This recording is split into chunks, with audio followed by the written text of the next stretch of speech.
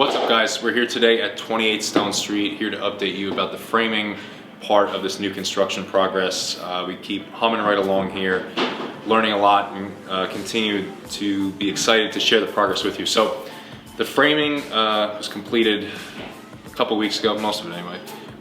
We framed 3 different floors, and I'm going to talk through the process with you a little bit. So one of the first things I learned is the takeoff. So what the takeoff is someone comes, looks at the architect plans, makes a huge list and says, okay, here, Mr. Builder, here's all the lumber that I need. Usually they'll break it up into floors and they'll just dump the whole thing at your job site. They didn't do that with mine. But what I did learn is your takeoff is only good as the person doing it. So my supply house, which I love you guys, there was a little slippage in the takeoff, so it was kind of a mad rush, because the framers, they want to move. They have 4, 5, 6 guys working, and they're trying to fly through framing the house. So I had to constantly rush and order material, get it there the next day, and then we had to return some material. But overall, we got the house framed in maybe 10 days, the whole house, which was awesome. This is one of the things you have to do when you're framing new construction. So in the corner of the houses, they install this bracing between the studs, and it's supposed to make the house a little stronger, kind of oh my god, kind of like that, okay? So this is going inside the shower. So this is going to be a shower, and what they do is they put a black piece of plastic here. You guys will probably see it in another video, but you need to have these blocks here so they could kind of staple the plastic up, otherwise you're not going to have anything to put the plastic on. So they've done that for most of the shower. They missed a piece here and here, but that's what they've done in each shower. So this is for a dryer. This sinks back into the wall like so, and then the dryer vent will be run up through here, through the wall cavity and out. But what's nice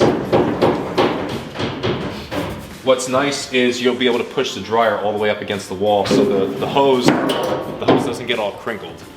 So these are called headers. This goes above every door and window in new construction. So you'll see here, there's a header here for the bathroom, laundry room, bedroom, another bedroom. These are very important. You got to have them. You see there's another one here above the window. Same thing. Things with the stairs here. So after you install stairs in the house, that's great. But when you're framing, when you're framing, you want to make sure the framer also prepares you for sheetrock. So what does that mean?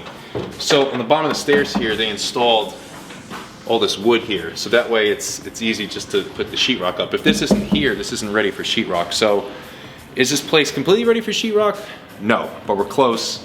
This is one of the things you have to do on the stairs. The other thing, if you'll notice, on the sides of each stair, you see sheetrock here. This is 5/8 inch sheetrock. This you need to have as well in order to pass a framing inspection. So this we've had installed. So these are all little things that you don't think about with normal framing of a house. So here above me, this is, we've already started to do some roughing. So this is for a fire sprinkler. Pay no attention to that for this video.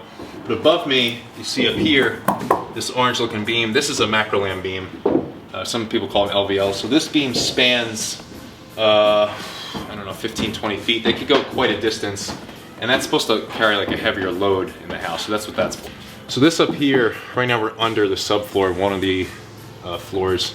So this, if you see, there's glue, and what they do is they glue down, they run a bead of glue all along the joist on the top side of it before they put the plywood down.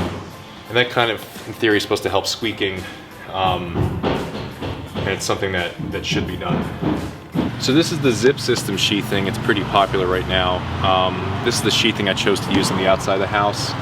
And then what you have to do is you have to put this tape over it. You cannot just use your hand. You actually have to roll the tape with a zip roller. So if you zoom in closely, you can kind of see these marks. It leaves little Z's. That's how you know it's done correctly. The other thing I'm really proud of, I learned this from watching Matt Reisinger on YouTube, so shout out to you, dude, is on the underside here between the concrete wall and where the framing starts, we caulked this entire thing.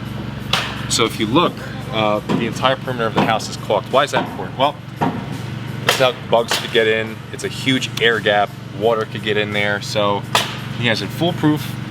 No, but I'd like to think this is the best insulated house I've done to date, which I'm proud of. So, and that's another reason why I chose zip, is because this has a waterproof membrane.